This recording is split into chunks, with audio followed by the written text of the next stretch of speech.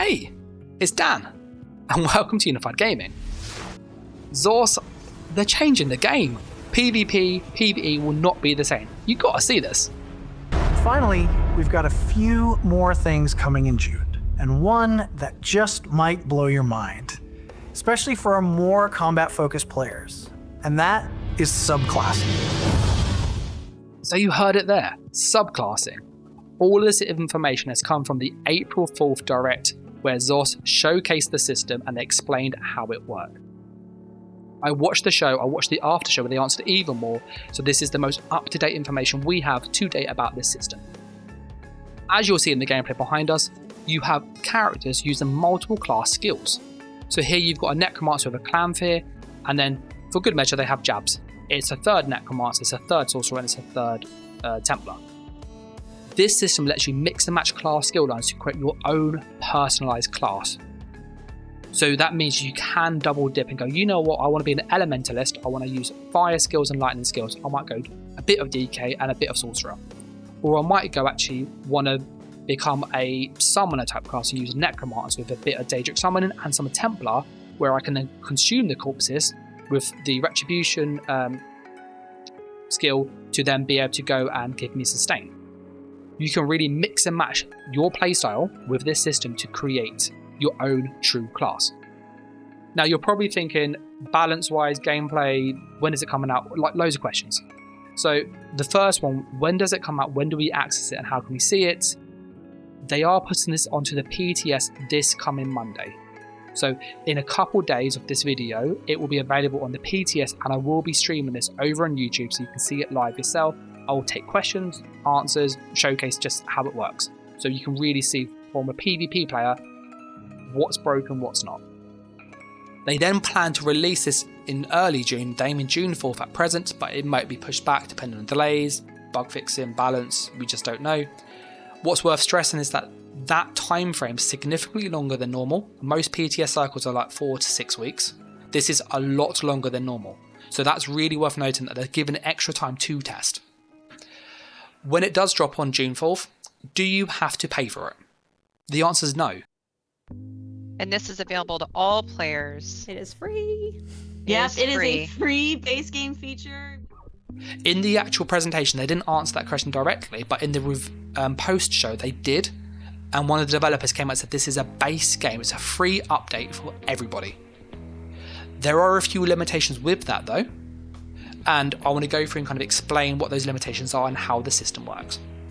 So one of the limitations is that you need to have access to the base class to be able to swap to it. So for example, if you are like in some of the Arcanist skills, but you don't actually have access to the Arcanist class, you can't then swap the skill line to the Arcanist because you just can't do that. You don't have access to it. So just bear in mind that if there is a skill line that you really want access to because you think that's a really fun set of skills that fits my jam, my fancy as such, you do need access to all of those classes. As for the system itself, it is available at level 50. So once you get to level 50, you can then engage with an NPC. If you do not have any alt characters as a brand new character, the NPC will then allow you to pick a subclass to specialize. You can pick up to 3, which means you can go, I want to unlock the Warden, Animal Companions, I want to unlock the Templar, I want to unlock one of the DK ones like Ardent Flame, for example. And you can level those up as you're playing the game and they'll get progress. And when they're maxed, you will then be able to then subclass to that and swap out one of your skill lines for that skill line. So for example, if you want to be, say, a Sorcerer, and you go, I don't want my Daedric Summoning anymore, I want to have access to Cloak, so Shadowy Disguise from a Nightblade, I could swap that entire skill line around and then create a Sorcerer that has access to invisibility. Maybe you want to be a stealthy lightning shooter mage. Who knows? Could be quite fun in PvP. So there is that. If you have alts already, like me and like lots of people who play the game already, you don't need to go through that leveling process. If you've already maxed them out that skill line, you understand the skills, so then when you speak to the NPC, you can then just swap straight away. So you can go to the NPC and go, I want to swap out my skill line from a Nightblade and I'll put on a Sorcerer one. And you can just swap it straight away if you've already leveled up both characters fully. So that is really worth stressing. As for the progress of the system, there is a level up kind of progress to it. So unlocking the ability to base swap the classes, so to go, I want to swap one of my Nightblade skill lines for a Sorcerer skill line, I need to have either those classes maxed on 2 different characters, or I've gone through the progression if I'm on one character doing the picking the skill line. Once you unlock the skill line, you then have to actually level up the skills like you would normally. In doing so, you get all of the skills, you get all of the passives and the ultimate. The skill investment is now going to be 2 skill points per skill. And that's the same for passives, morphs, ultimates. So it's going to be really, really expensive skill point wise to actually subclass. So it's not going to be something that's going to be an easy choice to go, you know what, I really want to access these skills. You're going to have to find sky shards. You're going to have to grind those skill points. So that is just worth stressing there. Once you do decide to go down that route, the progress that you get when you level up those skills is account bound. So what that means is that as you start to level up Deep Fissure from the Animal Companions on a Sorcerer, when you go to a different class and you want to actually put on Animal Companions and subclass that way to the Warden, your progress that you made on that Deep Fissure has been tracked. And so that means that yes, you do need to level up some of the skill lines again, but this is only once across the entire account, which is not too bad. They did say that the XP is slower. They didn't say how much slower, maybe 50%, maybe double, I don't know, in all honesty. So I wouldn't be surprised if you've seen lots of people doing Black Rose prison carries for this, because it would kind of make sense. You know, if you're trying to make money a bit low in gold, set up a Black Rose prison character now and you can make some money quite quick if you just sell runs. So you could kind of jump on that. As for the system itself and the mix and matching, there are a few rules, a few kind of things to just note. If you want to mix and match between classes, you always have to keep one of your base class skill lines. So that means that if you are a sorcerer and you want to drop 2 skill lines, you can, but you cannot drop 3. You always have to have at least 1.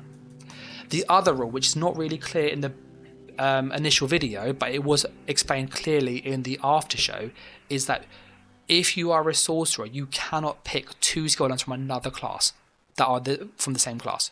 So for example, if I took, say, a sorcerer as a good illustration and went, I want to go and swap out, say, my Daedric summoning, and I want to swap this for maybe siphoning from Nightblade, and I also want to have Shadow as well from Nightblade, I can't do that, because Shadow and the Assassination, for example, or Shadow and Siphoning, they're Nightblade skill lines. I can't have 2 Nightblade skill lines if I'm a sorcerer. That won't happen, and that's true for any class. So if your base class is a Warden, you cannot have 2 of another class. So 2 DK or 2 Templar or 2 Warden or 2 Arcanist. So that means that if you did want to actually have a character that you use 2 skill lines from the same class, that needs to be your base class, or it won't work. So that really helps kind of keep some class balance, because if you're a sorcerer and you're a magical sorcerer, lots of the skills are really good for you. So you might go, actually, I want to keep Daedric summoning because the shield and the curse are great skills. You know what? The actual storm calling, not that useful for me. I might drop that. Or maybe I might drop dark magic. So you could do that, but you just have to be careful that you don't go the wrong way around, because you can brick yourself and lock yourself, which can be quite frustrating. So the general rule of thumb is it's 2 of your base class, or it's 1/3 of everything. So you're either 2/3 sorcerer or 1/3 of everything, 2/3 warden or 1/3 of everything, 2/3 Templar or 1/3 of everything, 2/3 X, 1/3 Y. You get the idea? So if you follow that rule set, that will work. That's kind of how this system works. I know a lot of you who like the channel and follow me. If you're new here, hi, Dan. I do PvP. I've had loads of people on my Discord. I've had people message me privately on Discord. I've had people comment in the stream, on chat and stuff. Really worried about how this is going to impact PvP. Like it's going to break PvP.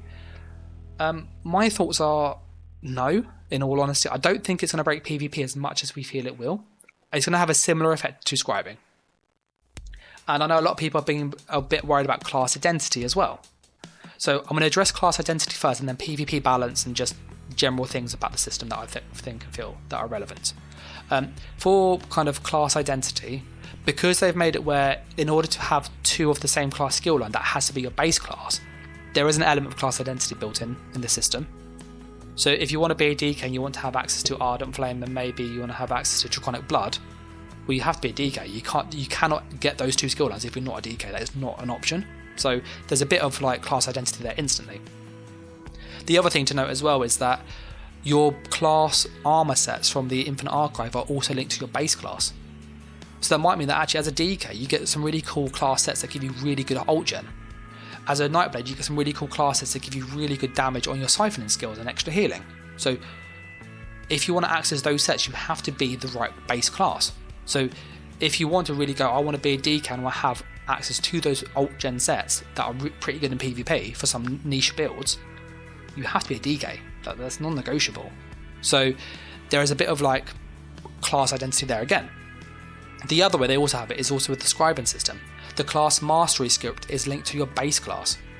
So that means that if you're a warden and you really like the warden class mastery where you charm people in a big circle or you get resources back, fantastic in PvP, you have to be a warden. You can't simply go be a Nightblade and chuck on a warden subclass and then get that script. That won't work. You would have the Nightblade subscript. So there is a level of kind of class identity built into this system. The final thing I want to talk about is balance, and again this kind of builds upon class identity again. As I said earlier in the video, loads of people are really worried about balance in PvP, PvE, losing that field of what makes you unique as a DK or as an Arcanist or as a Templar. I've gone through on the UPS build editor. If you haven't seen it, it's a great resource for making PvP builds and stuff generally. But I've had a look through the different skill lines, and if you break the skill lines down into kind of what are their core function, every class basically has the same rule set. You have a damage skill line typically, you have a tank skill line, and you have a heal skill line. Sometimes in the heal skill line you might find a bit of sustain, sometimes in the tank skill line you might find a bit of utility. But generally that's the rule. 1 for damage, 1 for tanking, 1 for healing. What that means is that if you're a warden, or let's use the example of a sorcerer for example. Sorcerer, you have Daedric Summoning, you got Storm Calling, you got Dark Magic. They're 3 pretty good ones. The problem is that your Storm Calling is your armor buff and it's your damage buff. If you drop that for maybe a Templar skill line, you have no armor buff now, you have no damage buff.